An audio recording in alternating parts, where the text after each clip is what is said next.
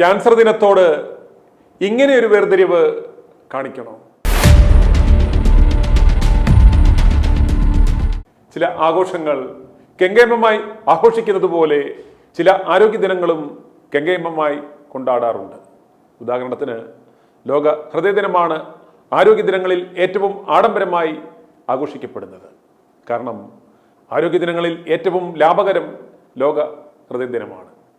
ആശുപത്രിയാണെങ്കിലും മരുന്ന് കമ്പനികളാണെങ്കിലും cath lab device stent നിർമ്മാണ കമ്പനികളാണെങ്കിലും ഡോക്ടർമാരാണെങ്കിലും എല്ലാവർക്കും ഒരുപോലെ ലാഭകരവും സന്തോഷകരവുമാണ് ലോക ഹൃദയ ദിനം. അതുകൊണ്ട് തന്നെ ഈ ആഘോഷത്തിന് പണമിറക്കുവാൻ ആർക്കും ഒരു മടിയും ഉണ്ടാകില്ല.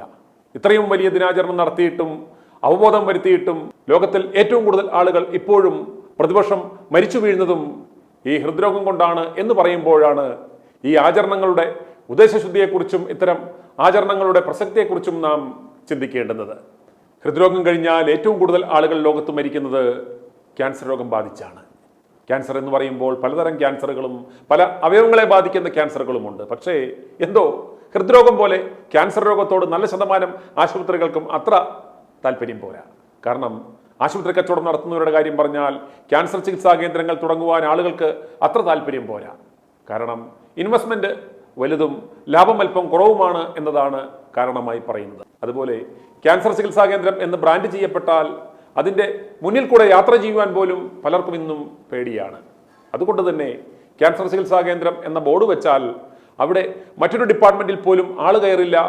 അത്തരം ആശുപത്രികളിൽ ഒരു ഫിസിഷ്യനെ കാണുവാൻ പോയാലും താനൊരു ക്യാൻസർ ബാധിതനാണെന്ന് നാട്ടുകാർ സംശയിക്കും എന്ന് ഭയപ്പെട്ട് ആരും ആ വഴി പോകാറില്ല. പലർക്കും ഇന്നും ക്യാൻസർ ആണെന്ന് പറയുവാൻ പോലും ഭയമാണ്, നാണക്കേടാണ്. നടി ശ്രീവിദ്യ തനിക്ക് ബ്രസ്റ്റ് ക്യാൻസർ ആണെന്ന് കണ്ടെത്തിയപ്പോൾ RCCയിൽ ചികിത്സിക്കുവാൻ പോയാൽ നാട്ടുകാരറിയും എന്ന് ഭയന്ന് പട്ടത്തുള്ള ഒരു സ്വകാര്യ ആശുപത്രിയിലായിരുന്നു ചികിത്സയ്ക്ക് പോയിക്കൊണ്ടിരുന്നത്. ഒടുവിൽ അവർ രോഗം മൂർച്ഛിച്ച് മരണമടഞ്ഞു. സർക്കാർ മേഖലയിലുള്ള RCC പോലെയുള്ള സംരംഭങ്ങൾ അല്ലാതെ ആരും സ്വകാര്യ ആശുപത്രിയെ ഒരു ക്യാൻസർ ചികിത്സാ കേന്ദ്രം എന്ന് ബ്രാൻഡ് ചെയ്യാറില്ല. ഉദാഹരണത്തിന് പരുമല ആശുപത്രിയെ അത്യാധുനിക ക്യാൻസർ ചികിത്സാ കേന്ദ്രമാക്കുക എന്ന ലക്ഷ്യത്തോടെയാണ് പണികൾ പൂർത്തീകരിച്ചത്.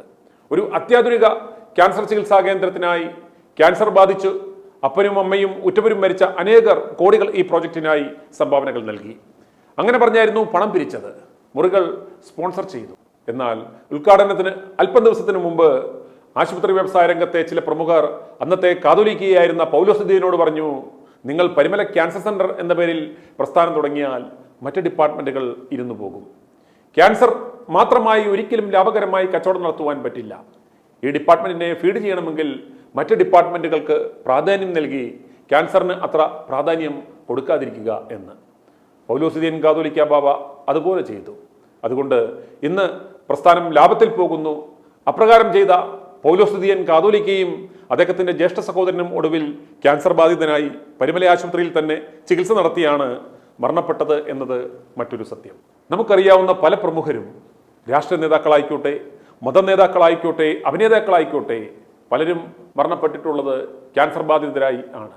എന്നാൽ ക്യാൻസർ രോഗം ആരംഭത്തിൽ തന്നെ കണ്ടുപിടിക്കുന്നതിനോ കണ്ടുപിടിച്ചാൽ തന്നെ ഉചിതമായ ചികിത്സ കൃത്യമായി ചെയ്യുന്നതിനോ അത് വരാതിരിക്കുവാനുള്ള മുൻകരുതൽ എടുക്കുന്നതിനോ ഈ രോഗത്തെക്കുറിച്ചുള്ള അവബോധം നൽകുന്നതിനോ നമുക്ക് പലപ്പോഴും സാധിക്കാറില്ല. എല്ലാ വർഷവും ഫണ്ട് തട്ടുക എന്ന ഒറ്റ ലക്ഷ്യത്തോടെ വലിയൊരു കാര്യം ഞങ്ങൾ ചെയ്തു എന്ന വരുത്തി തീർക്കുവാനും ഒരു വാർത്ത വരുവാനും ആരോഗ്യവകുപ്പ് എന്തെങ്കിലും ഒരു തട്ടിക്കൂട്ട് പരിപാടി ഒപ്പിക്കും. ഇന്നും ആരോഗ്യം ആനന്ദം എന്ന പേരിൽ തിരുവനന്തപുരത്ത് മുഖ്യമന്ത്രി ഒരു പരിപാടി ഉദ്ഘാടനം ചെയ്യുന്നുണ്ട്. നമ്മുടെ സർക്കാരിൻ്റെയോ ആരോഗ്യവകുപ്പിൻ്റെയോ കൈവശം സംസ്ഥാനത്ത് എത്ര ക്യാൻസർ രോഗികൾ, ഏതെല്ലാം തരം ക്യാൻസർ ബാധിച്ചവർ, കഴിഞ്ഞ ഒരു വർഷം ക്യാൻസർ രോഗം വന്ന് മരിച്ചവർ എത്ര, അവരിൽ പുരുഷന്മാർ, സ്ത്രീകൾ, കുട്ടികൾ എത്ര, സംസ്ഥാനത്ത് ഏറ്റവും കൂടുതൽ ക്യാൻസർ ബാധിതർ ഏത് ജില്ലകളിൽ, അത് എന്ത് തരം ക്യാൻസർ, അത് എന്തുകൊണ്ട്, ഓരോ സ്റ്റേജുകളിലും ഉള്ളവർ എത്ര തുടങ്ങിയ എന്തെങ്കിലും ഒരു കണക്കുകൾ ഉണ്ടോ? ഇല്ല. അതുപോലെ ചില പ്രത്യേക മേഖലകൾ, ഗുരുതര വിഷപ്പുക നിർഗമിക്കുന്ന ഫാക്ടറികളുള്ള ചവറ പോലെയുള്ള സ്ഥലങ്ങൾ, അതുപോലെ കരിമണൽ ഖനനം നടത്തുന്ന സ്ഥലങ്ങൾ, ആലുവ എണ്ണ ശുദ്ധീകരണശാലയ്ക്ക് സമീപമുള്ള ജനങ്ങൾ തുടങ്ങി ഗുരുതര പരിസര മലിനീകരണം കൊണ്ട് ക്യാൻസർ രോഗികൾ പെരുകുന്ന സ്ഥലങ്ങളുടെ കാര്യത്തിൽ പോലും സർക്കാർ ശ്രദ്ധിക്കുന്നില്ല. അത്തരം വിവരങ്ങൾ മറച്ചുവെക്കപ്പെടുന്നു. സംസ്ഥാനത്ത് മുക്കിന് പൊട്ടിമുളയ്ക്കുന്ന സ്മോക്ഡ് ചിക്കൻ, ഷവായി, ഷവർമ, തന്തൂരി ചിക്കൻ വിളമ്പുന്ന ഹോട്ടലുകളാണ് ഇന്ന് മലാശയ ക്യാൻസർ വർദ്ധിക്കുവാനുള്ള ഒരു പ്രധാന കാരണമെന്ന യാഥാർത്ഥ്യം നാം ബോധപൂർവം മറന്നുപോകുന്നു. എറണാകുളം ജില്ലയിലെ പ്രമുഖ ക്യാൻസർ കേന്ദ്രങ്ങളിൽ കോളോറക്ടൽ ക്യാൻസർ ബാധിതരായി ഏറ്റവും കൂടുതൽ എത്തുന്നത് മലപ്പുറം ജില്ലയിൽ നിന്നുള്ള മുസ്ലിം സഹോദരങ്ങൾ ആണെന്നുള്ളത് അവരുടെ ഭക്ഷണത്തിൻ്റെ പ്രത്യേകത കൊണ്ടാണ് എന്ന് ഞങ്ങൾ മുൻപൊരിക്കൽ നടത്തിയ സർവേയിൽ നിന്നും മനസ്സിലാക്കുവാൻ സാധിച്ചത് ഞാൻ ഓർത്തുപോകുന്നു. പെപ്സിയും ഫ്രൈഡ് ചിക്കനും കാസനോജിക്കാണ് മത്സ്യങ്ങൾ കേടുകൂടാതിരിക്കുവാനിടുന്ന മാരകമായ കെമിക്കലുകൾ, പഴവർഗ്ഗങ്ങൾ ചീഞ്ഞു പോകാതിരിക്കുവാൻ മുക്കുന്ന മാരക വിഷങ്ങൾ ക്യാൻസറിന് കാരണമാകും, തെറ്റായ ജീവിതശൈലികൾ ക്യാൻസറിന് വഴിവെക്കും. ഇതൊക്കെ പരിശോധിക്കുവാനുള്ള സംവിധാനങ്ങൾ ഇവിടെ ഉണ്ടെങ്കിലും ഒന്നും ഫലപ്രദമല്ല. ഇതിനെക്കുറിച്ച് എന്തെങ്കിലും ഒരു പഠനം എന്തിനും ഏതിനും കൺസൾട്ടൻസി വെക്കുന്ന ഈ സർക്കാർ നടത്തിയിട്ടുണ്ടോ? ലോക ക്യാൻസർ ദിനത്തിൽ ഇത്തരം ഒരു പഠനം നടത്തി ആ വിശദമായ റിപ്പോർട്ട് ഒരു ഹെൽത്ത് സമ്മിറ്റ് വെച്ച് പുറത്തുവിട്ടാൽ അത് ജനങ്ങൾക്ക് പ്രയോജനപ്രദമാകില്ലേ? അതല്ലേ സർക്കാർ ചെയ്യേണ്ടത്? ലോക ക്യാൻസർ ദിനത്തിൽ നടത്തുന്ന തട്ടിക്കൂട്ട് പരിപാടിയിൽ ഏതോ ആണുങ്ങൾ എഴുതിത്തരുന്ന 3 മിനിറ്റ് പ്രസംഗം വായിച്ചു പോകുന്നത് കൊണ്ട് ആർക്കെങ്കിലും പ്രയോജനമുണ്ടോ? അതുകൊണ്ട് വരുന്ന വർഷമെങ്കിലും സർക്കാർ ആത്മാർത്ഥമായി സംസ്ഥാനത്ത് ഒരു പഠനം നടത്തുക. ക്യാൻസറിനെ പ്രതിരോധിക്കുവാനും മുൻകൂട്ടി കണ്ടുപിടിക്കുവാനും ചികിത്സിക്കുവാനും സമഗ്ര പദ്ധതികൾ തയ്യാറാക്കുക. ക്യാൻസറിനെ പ്രതിരോധിക്കുവാൻ ജനങ്ങൾക്ക് അവബോധം നൽകുക.